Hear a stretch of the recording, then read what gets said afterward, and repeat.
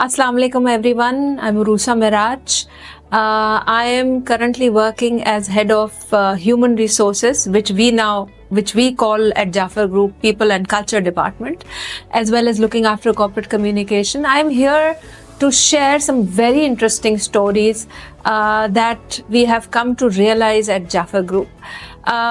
These stories are stories of growth, teamwork, innovation, and also pass on a very strong message कि किस तरह से आपकी dedication, आपका हार्ड वर्क, आपकी consistency results in phenomenal growth. इसी स्टोरी को आगे ले जाने के लिए और इसी स्टोरी सीरीज को आगे ले जाने के लिए हम आज स्टार्ट कर रहे हैं हमारे our very own Mr. Sabir Zaidi, who is currently working as head of corporate services. He is the director of corporate services, also is part of the board of Jaffer Group.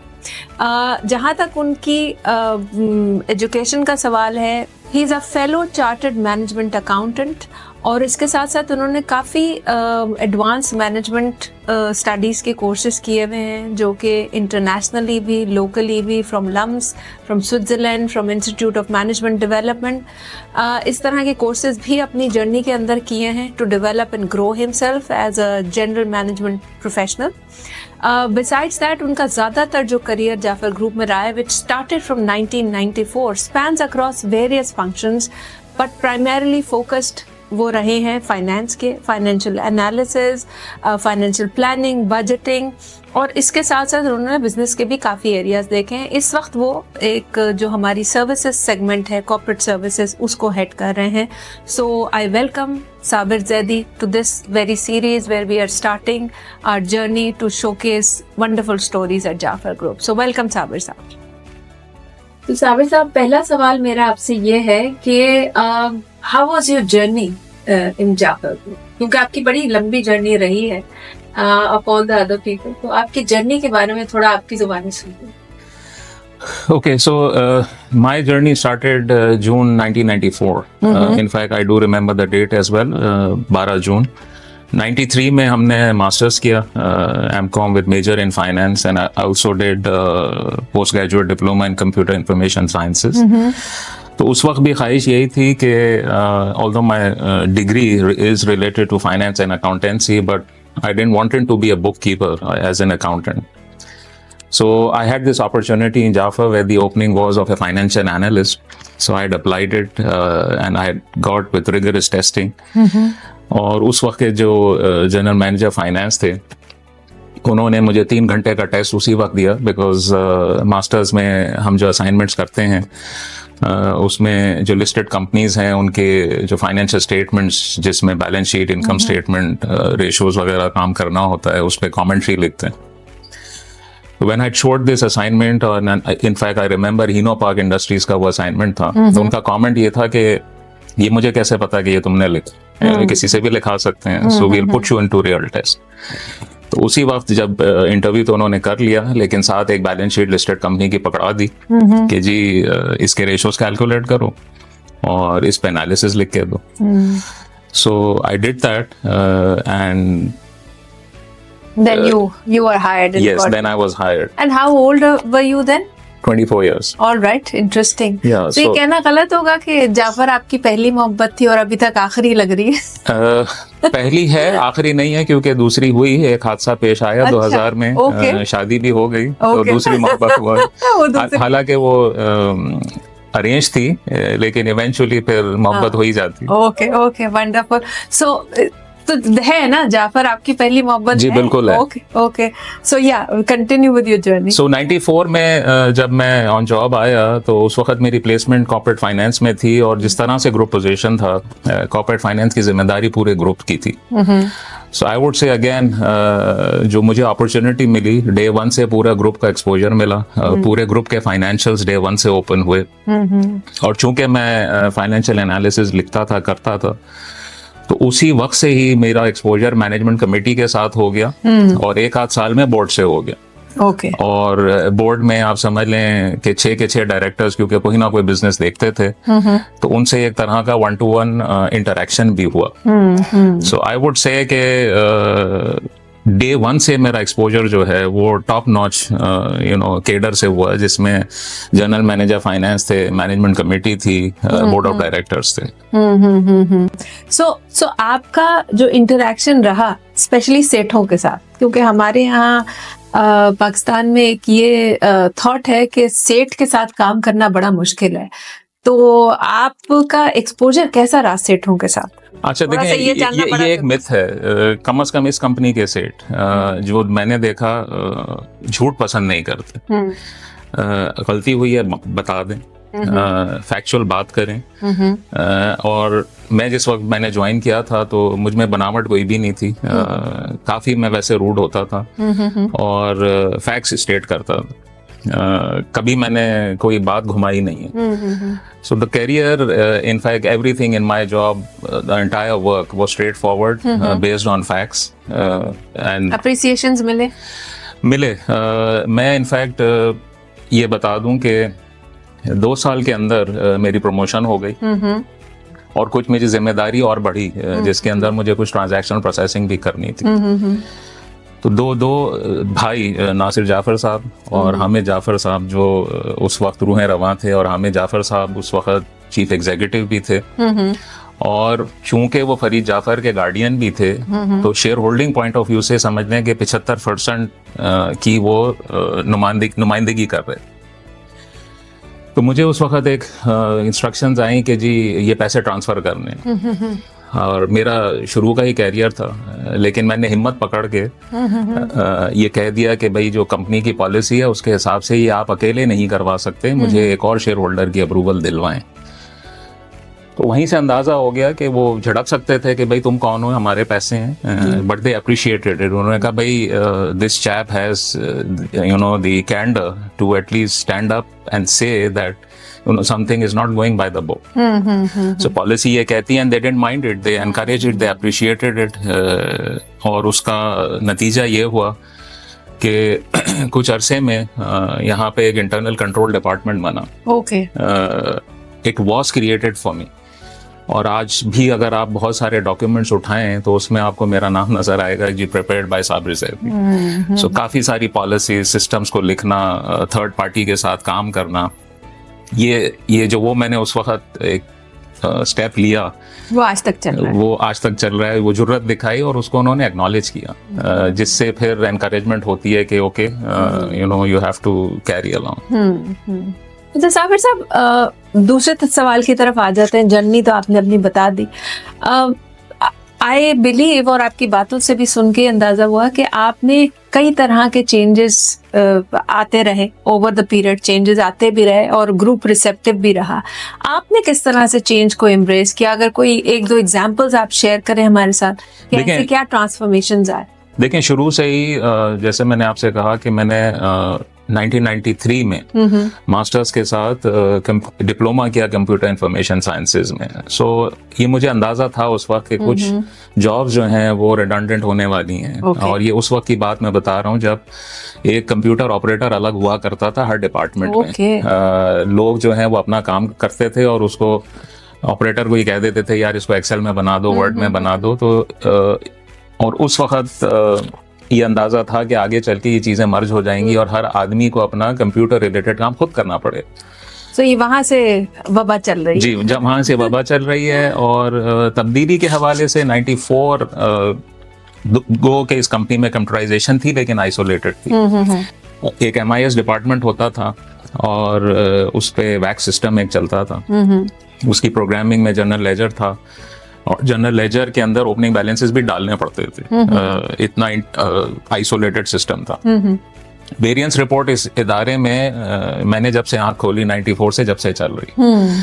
और variance report का एक अलग programme था। तो हम laser से उस वक्त नंबर्स निकालते थे, उसको थाउजेंड्स में कन्वर्ट करके पेंसिल से एक वर्कशीट भर के डेटा एंट्री ऑपरेटर को देते थे कि इसको वेरिएंस के प्रोग्राम में डालो तो वेरिएंस रिपोर्ट बाहर आई। तो सन 96 में जो उस वक्त हमारे चीफ एग्जीक्यूटिव थे हामिद जाफर साहब, वो काफ़ी दूर अंदेश थे इस हवाले से डिजिटलाइजेशन की तरफ। इनफैक्ट JBS जो एक कंप्यूटर डिवीजन था 1984 में उसकी बुनियाद उन्होंने ही रखी थी। अच्छा। तो ऑरेकल आया इस कंपनी के अंदर और Oracle ने ये चीज़ें सारी इंटीग्रेट करना शुरू की। यानी एक तो बैलेंसेस इंटीग्रेटेड थे, तो ये ओपनिंग बैलेंस अलग से डालो, ये काम खत्म हो गया। आपने किताबें तैयार की, वेरिएंस रिपोर्ट खुद ब खुद तैयार हो गई, चीज़ें इंटीग्रेशन होनी शुरू हुई। फिर ओवरहेड की एलोकेशन, ये झगड़ा आपको भी पता है बखूबी। तो उस वक्त भी ये ओवरहेड की एलोकेशन मैनुअल हुआ करती। तो अगेन Oracle में जब हमने हाथ साफ किए, देखा भी सिस्टम के अंदर क्या है, तो मास एलोकेशन का एक फीचर था जिसके अंदर ये सारी कीज आप डिफाइन करते थे। तो ये काम भी सारा ऑटोमेट हो गया। तो अल्हम्दुलिल्लाह मैं ये फ़ख्र से कह सकता हूँ कि मैं उन चंद अशख़ास में से हूँ जिन्होंने हमेशा डिजिटलाइजेशन को, तब्दीली को एम्ब्रेस किया और शुरू ही में इन चीज़ों को अडॉप्ट करके, उनको सीख के, उनको इम्प्लीमेंट कर दिया। और जाफर कितना रिसेप्टिव रहा एम्ब्रेस करने में? हमेशा से रहा, क्योंकि एक तो मतलब अगर ये तो मैंने आपको कंप्यूटर की तरफ बात की, लेकिन अगर आप कारोबार में भी देखें तो बहुत सारी चीज़ों के अंदर, हर चीज़ के अंदर पायनियर जाफर ही रहा है। ईडीसी का आपने नाम सुना होगा, एक एग्जीक्यूटिव डेवलपमेंट सेंटर था जहां हम इस वक्त बैठे हुए आज जहां हम बैठे हुए हैं। और एजी सईद साहब हुआ करते थे, आईबीए से जब रिटायर हुए तो वो जाफर में आए और ईडीसी ने इतना नाम कमाया कि बहुत से इदारे आज तक ये याद उनको है, काफ़ी एग्जीक्यूटिव्स को, कि जी उनकी इनिशियल इब्तदाई ट्रेनिंग्स ईडीसी में हुई थी। टीसीएस के लोग और बहुत सारे मल्टीनेशनल्स के लोग, क्योंकि वो सेंटर था और उसका मोटिव भी ब्रेक इवन था कि हमने कोई पैसे नहीं कमाने, लेकिन ये एक खिदमत करनी है, एक सोशल सर्विस देनी है अदारे को। तो आई वुड सजेस्ट के ये एक पायनियर सोच थी। मतलब आपको कम इदारे मिलेंगे कि जहाँ इस तरह के प्रोफेशनल ट्रेनिंग सेंटर्स हैं। फिर हमारा एक कारोबार है ड्रिप इरिगेशन। ये टेक्नोलॉजी भी जाफर लाया है पाकिस्तान में, लेकिन नेटाफिम एक कंपनी थी जिसने इंडिया में इस टेक्नोलॉजी को लिया और फिर जाफर की पार्टनरशिप हुई उसके साथ। और कोई मेरे ख्याल में शुरू में 5 से 8 साल काफ़ी इस पर मेहनत की गई। अगेन ये दूर अंदेशी थी हमारे ओनर्स की, हमारे चेयरमैन की, कि आगे जाके मुल्क के अंदर पानी की किल्लत होनी है, वाटर स्केर्सिटी आनी है, तो ड्रिप इरिगेशन जो है वही वाहिद तरीका है जिससे आप प्रोडक्टिविटी भी बढ़ा सकते हैं और पानी की किल्लत को मैनेज भी कर सकते हैं। जी, ग्रेट। अच्छा, जहां हम बात कर रहे हैं चेंज की, एम्ब्रेसिंग चेंज की बात कर रहे हैं, अगर मैं आपसे अगला सवाल इस हवाले से पूछूं कि चेंज तो आ गया और चेंज को एम्ब्रेस करते रहे, बट आप फ्यूचर आप कैसा देखते हैं? स्पेशली पिछले 3 साल से आप एक सर्विस यूनिट के हेड हैं और जो जाफर की बैकबोन है सर्विसेज, जो सर्विसेज आम है उसको आप हेड कर रहे हैं, तो उसके लिए आप क्या विजन देखते हैं? किस तरह से देखते हैं कि आगे कि ऐसा क्या होने वाला है, क्या चीजें जाफर में होने वाली हैं जो चेंज लेकर आएगी फ्रॉम द सर्विसेज यूनिट? देखें, कॉर्पोरेट सर्विसेज का विजन जो है वो बिजनेस के विजन से अलग तो नहीं हो सकता। It has to be a subset of the group vision. चूंकि उसका अगर हम रोल देखें तो वो सपोर्ट सर्विसेज का रोल है और वो भी फोकल रोल है। बिजनेसेस तो डिफरेंट सेक्टर्स में ऑपरेट कर रहे हैं, लेकिन बैक एंड पे जो सर्विसेज उनको प्रोवाइड की जा रही हैं वो सेंटर से की जा रही हैं। सर्विसेज के लिए एक चैलेंज ज़रूर है, क्योंकि बिजनेसेस डिफरेंट सेक्टर्स में ऑपरेट कर रहे हैं और डिफरेंट सेक्टर्स के अंदर डिफरेंट रिक्वायरमेंट आ रही है। सो अगर हम जेबीएस की बात करें तो वो टेक्नोलॉजी के एरिया में है और टेक्नोलॉजी में जिस स्पीड से तब्दीली आ रही है उसमें हर 3 महीने में कोई तब्दीली। फिर हम इंटरनेशनल होने की बात कर रहे हैं तो लिहाजा 24/7 सर्विस की बात हो रही। तो ये एक चैलेंज है कि हमने स्पीड भी रखनी है, बिजनेस के साथ कदम मिलाने हैं, और दूसरा ये कि 24 घंटे सर्विस देनी है। बिकॉज अगर आप इंटरनेशनल ऑपरेट कर रहे हैं यूएस की मार्केट में, यूरोप की मार्केट में, तो यूरोप से तो आप 4-5 घंटे का फ़र्क रखते हैं, लेकिन यूएस मार्केट में 10 से 12 घंटे का फ़र्क। फिर हम अगर बात करें तो जाफर ब्रदर्स जो ट्रेडिशनल कंपनी है जिसमें हम मशीनरी के काम कर रहे हैं या हम ट्रेडिंग के काम कर रहे हैं, रेकोडेक का इस वक्त काफ़ी शोर शराबा है, चर्चा है। और रेकोडेक जिस इलाके में होने जा रहा है वो बज़ाते खुद एक चैलेंज है, क्योंकि बिल्कुल बॉर्डर पे है बलूचिस्तान के सूबे के अंदर। उसमें भी जाहिर है बिजनेस को सर्विसेज की सपोर्ट चाहिए, चाहे वो लीगल सपोर्ट है, चाहे वो एचआर की सपोर्ट है, हम HR को अपनी यहाँ पीपल एंड कल्चर कहते हैं, लेकिन ह्यूमन रिसोर्सेज ज़ाहिर है उसका एक ही एरिया है कि लोग हमें हायर करने हैं, उनको अनस्किल्ड लोगों को स्किल करना है और अपनी डिपेंडेबिलिटी मुल्क के अंदर बढ़ानी है। शुरू में तो ज़ाहिर है हम फॉरेन सहारा लेंगे, लेकिन जैसे जैसे प्रोजेक्ट प्रोग्रेस करेगा तो उसके अंदर हमें डिपेंडेबिलिटी अपनी लोकल बढ़ानी है। एग्रीकल्चर की अगर हम बात करें तो वहाँ भी अपने चैलेंजेस हैं। एग्रीकल्चर के अंदर चूँकि बिजनेसेस डिफरेंट हैं, फर्टिलाइज़र भी हम करते हैं, एग्रोकेमिकल्स भी करते हैं, ड्रिप इरिगेशन भी है, वहाँ पे फील्ड के ऑपरेशंस हैं, फील्ड की रिक्वायरमेंट्स हैं। तो कॉर्पोरेट सर्विसेज के लिए ये एक बहुत बड़ा चैलेंज है कि वो तमाम बिजनेसेस को सपोर्ट भी करे, अपने आप को अलाइन भी करे। और उसके अंदर जाहिर है इस चैलेंज को निमटने के लिए हमें टेक्नोलॉजी को अडॉप्ट करना पड़ेगा, आर्टिफिशियल इंटेलिजेंस की तरफ देखना पड़ेगा कि वो काम जो मोनोटोनस हैं, लेबोरियस हैं, रिपीट टास्क हैं, उनको हम कैसे ऑटोमेट कर लें। क्योंकि कारोबार में तो इजाफा होगा, ट्रांजैक्शंस भी बढ़ेंगी, लेकिन काम को करने के लिए सिर्फ पीछे से मैन पावर आप बढ़ाते जाएं, ये सोल्यूशन नहीं है। हमें टेक्नोलॉजी को भी देखना पड़ेगा। अलबत्ता इंटरनेट के चैलेंजेस ज़रूर मौजूद हैं, उसको भी हमें एज अ कंस्ट्रेंट लेके उसके गिर्द सोल्यूशंस देखने पड़ेंगे। So wonderful, amazing journey that you've had over here. But I would like to know more about the turning points in your career. कि ऐसे कौन से turning points थे? And towards the end, I would also like to ask you to share a message for all those younger talent who are coming into the corporate world, and especially all the potential talent and inspiring talent who want to join Jaffer Group. आपका क्या message होगा उनके लिए? अच्छा, देखें, turning point के हवाले से I'll take you back to 2000. May 2000 में I don't know how many of us know कि नादरा का जो ये कंप्यूटराइज शनाख्ती कार्ड का प्रोजेक्ट है, ये जाफर ब्रदर्स ने किया है, जाफर ग्रुप ने किया है। मई 2000 में ये कॉन्ट्रैक्ट साइन हुआ और इस प्रोजेक्ट को हमें डिलीवर करना था। शुरू में ये प्रोजेक्ट था कि जो आपका पूरा पाकिस्तान का शनाख्ती कार्ड का रिकॉर्ड है वो मैनुअल था, तो उसको डिजिटाइज करना था, और डिजिटाइज इंग्लिश सॉफ्टवेयर में नहीं करना था, उर्दू सॉफ्टवेयर में करना था। सो ये एक चैलेंज था कि आप को कोई भी प्रोडक्ट लानी थी वो लोकली डेवलप लानी थी, और ट्रांसलेशंस इतनी रेडिली अवेलेबल नहीं होंगी। जी हाँ, बिल्कुल। तो उस वक्त कोई 8000 तो हमने लोग हायर किए, और जाफर ब्रदर्स का दफ्तर पुरानी ज़ैनब मार्केट के कोने पे हुआ करता था। तो उस वक्त एक कैंपेन चली कि भाई लोग ऑन बोर्ड करने हैं, तो हमारे यहाँ टेंट लगे हुए थे, लड़के आते थे शॉपिंग करने जीन्स टी शर्ट की, और कोने पे इंटरव्यू देते थे और सिलेक्शन होती थी उनकी, क्योंकि हमें रिक्वायरमेंट्स थी बैचलर्स की, मास्टर्स की, वो लोग जो कंप्यूटर सेवी हों, क्योंकि पंचिंग करनी थी। उस प्रोजेक्ट ने हमें नाको चने चबवाए हर हवाले से। शुरू में स्टार्ट होना प्रोजेक्ट का वो काफ़ी चैलेंज था, बिकॉज हमने एक डेट दी लोगों को कि जी इस तारीख को ज्वाइन करना है, पता चल रहा है कि जी हम तो रेडी नहीं है, वो सॉफ्टवेयर ही तैयार नहीं है। फिर एक और डेट दी, फिर एक और डेट दी, लेकिन अल्हम्दुलिल्लाह मैंने जब जिक्र किया हमें जाफर साहब का, उन्होंने इस चैलेंज को लिया और फाइनली एक प्रोजेक्ट की डेट जो फर्म थी वो किक इन करने की वो आ गई।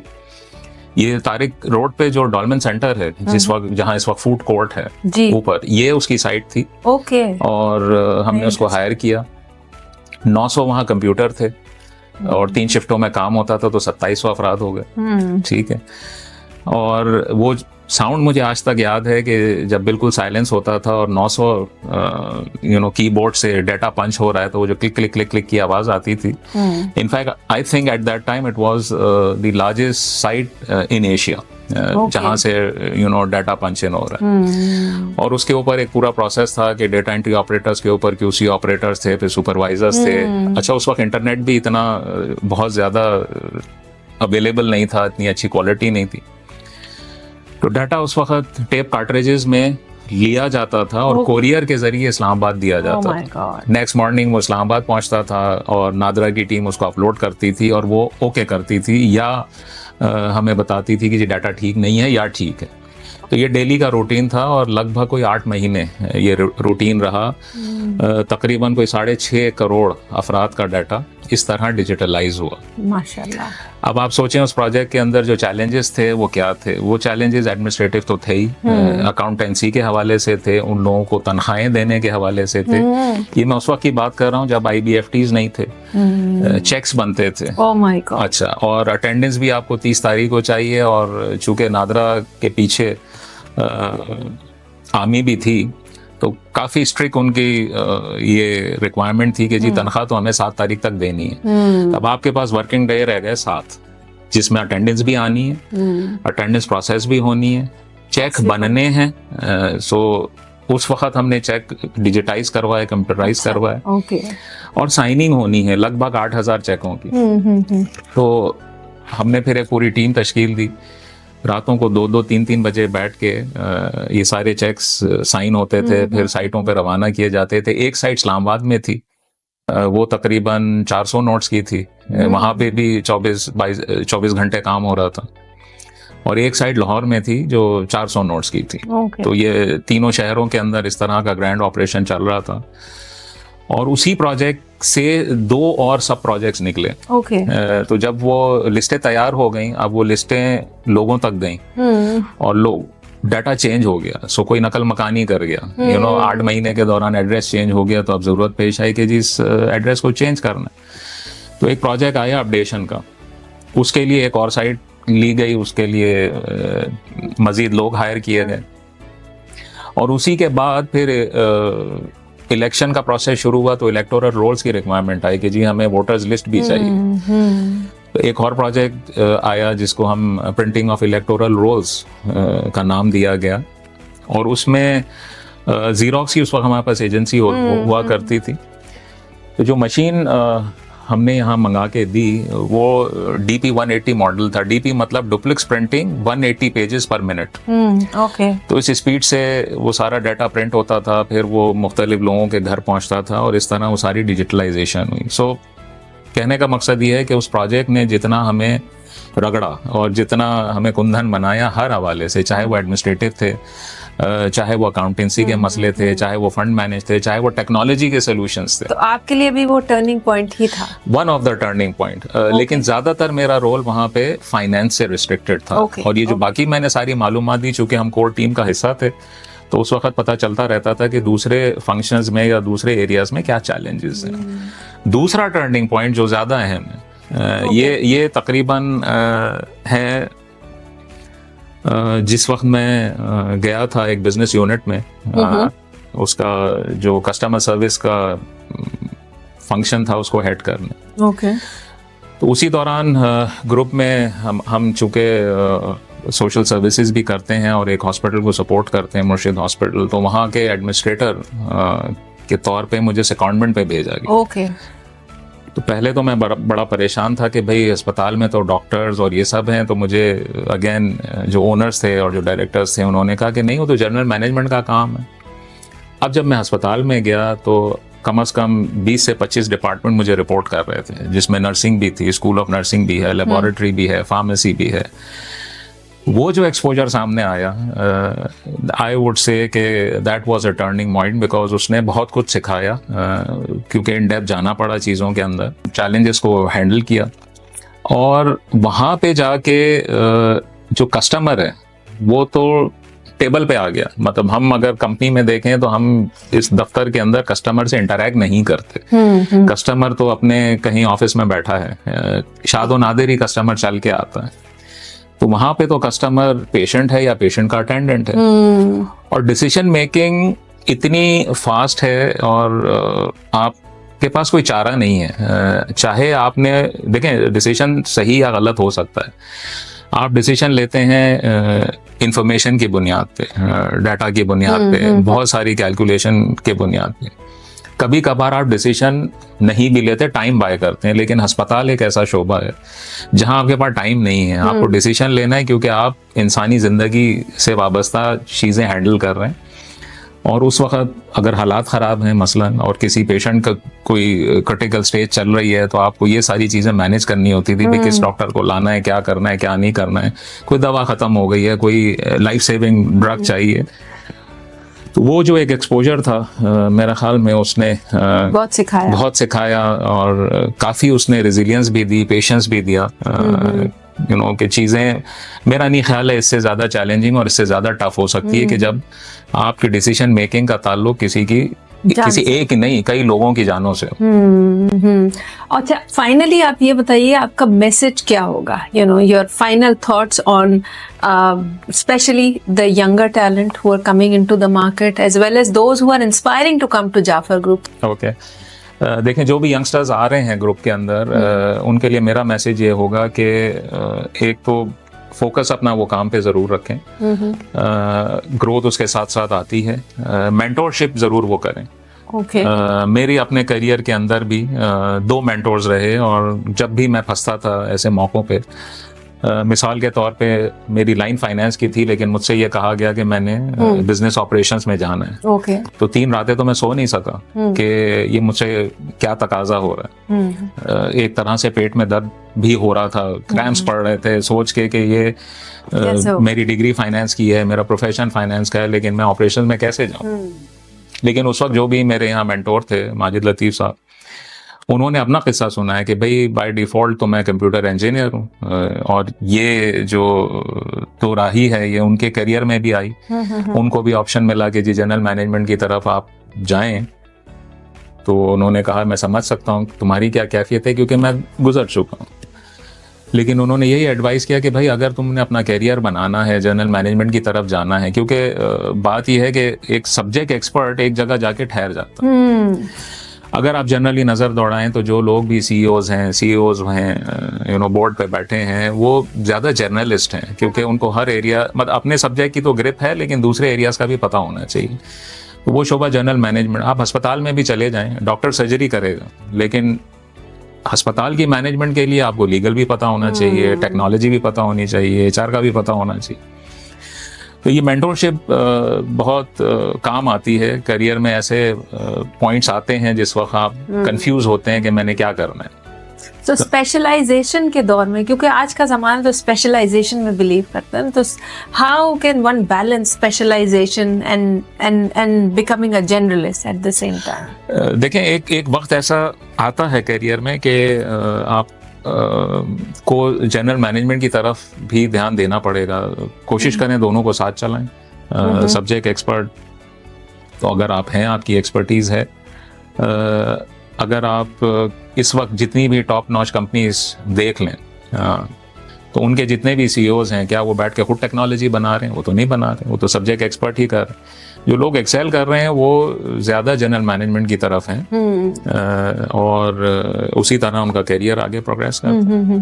थैंक यू साबिर साहब फॉर शेयरिंग योर जर्नी। बहुत इंटरेस्टिंग इंसाइट्स मुझे भी मिली, आई एम श्योर हमारे व्यूअर्स को भी बहुत कुछ सीखने को मिला होगा और जाफर ग्रुप के बारे में भी पता चला कि किस तरह से हमारी जर्नी रही, ट्रांसफॉर्मेशन कैसी रही। आखिर में मुझे पता है कि आपको और आपकी वाइफ को भी, इनफैक्ट आपकी वाइफ तो शायरा है, बड़ी अच्छी शायरी करती है, उनको सुना भी हमने, बट आपको भी शायरी से बड़ा शगफ है। तो आखिर में मैं चाहती हूँ कि जो हम एंड करें वो आपके एक शेयर के ऊपर करें जो आप शेयर करना चाहते हैं हमारी ऑडियंस। अच्छा, एक करेक्शन कर दूं, शगफ है नहीं, शगफ हो गया है। क्योंकि शायद मेरी मजबूरी थी। चलें, ये अच्छी बात है कि मजबूरी थी, लेकिन मजबूरी अब पैशन बन गया, अडॉप्ट करना पड़ता है ना। सो अडॉप्ट ना सिर्फ ये कि कंपनी में किया बल्कि घर में भी किया। अच्छा, दैट्स वंडरफुल। तो शेर मैं नौजवानों के लिए ये पढ़ देता हूँ। तू शाहीन है, परवाज है काम तेरा, तेरे सामने आसमान और भी है। Thank you so much. My growth story started here, begin yours. My growth story started here, begin yours.